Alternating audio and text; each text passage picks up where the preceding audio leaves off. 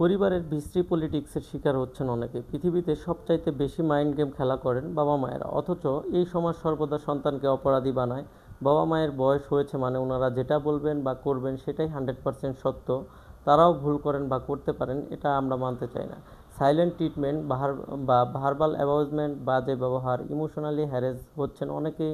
Mind game এসব কিছুর মধ্যেই দিন কাটাচ্ছেন অনেকেই। প্রতিবাদ করলে আপনি খারাপ হয়ে যাবেন।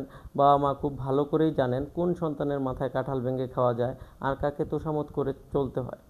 মানুষ 60 বছর বয়সে বুঝতে পারে জীবনে সত্যিকারের সম্পর্ক কোনটা ছিল। সৌভাগ্যক্রমে অনেকেই যৌবন পেরোতেই সেই সম্পর্ক বুঝতে পারে। হাজারো সন্তান জীবনের সবটুকু সঞ্চয় বাবা মায়ের হাতে দিয়ে সার্টিফিকেট পায় কিছুই করেনি বা করো নাই। আবার অনেক সন্তান কিছু না করেও সেরা সন্তানের সার্টিফিকেট অর্জন করে ফেলে।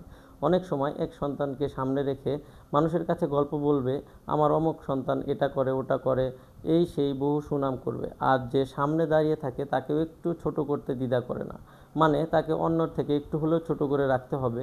আর যেই মানুষটাকে নীরবে সবগুলো সহ্য করতে করতে একদিন দূরত্বের সীমানা পেরোতে থাকে, যাদের সাথে এইগুলো হয় শুধু তারাই এটার ভুক্তভোগী, তারাই জানে প্রতিবাদ করলেই তুমি খারাপ হয়ে যাবে।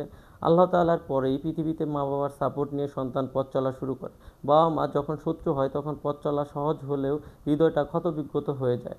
আর যখন ক্ষতবিক্ষত হৃদয় নিয়ে পুরোপুরি শ্রদ্ধা ভক্তি তাদের প্রতি আসে না। দুনিয়ায় সবার কাছে নির্বিশেষে আমার জীবন থেকে শিখেছি পৃথিবীতে শ্রেষ্ঠ সম্পর্ক স্বামী স্ত্রী, বাকি সব মিথ্যা। যে একজন সঠিক মানুষ পায় না তার কপাল পোড়া। যে সঠিক জীবনসঙ্গী পেয়েছে তার জীবনে বেঁচে থাকার জন্য পৃথিবীতে আর কারো প্রয়োজন আমি মনে করি পড়ে না।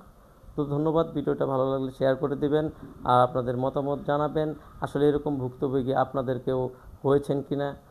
ধন্যবাদ।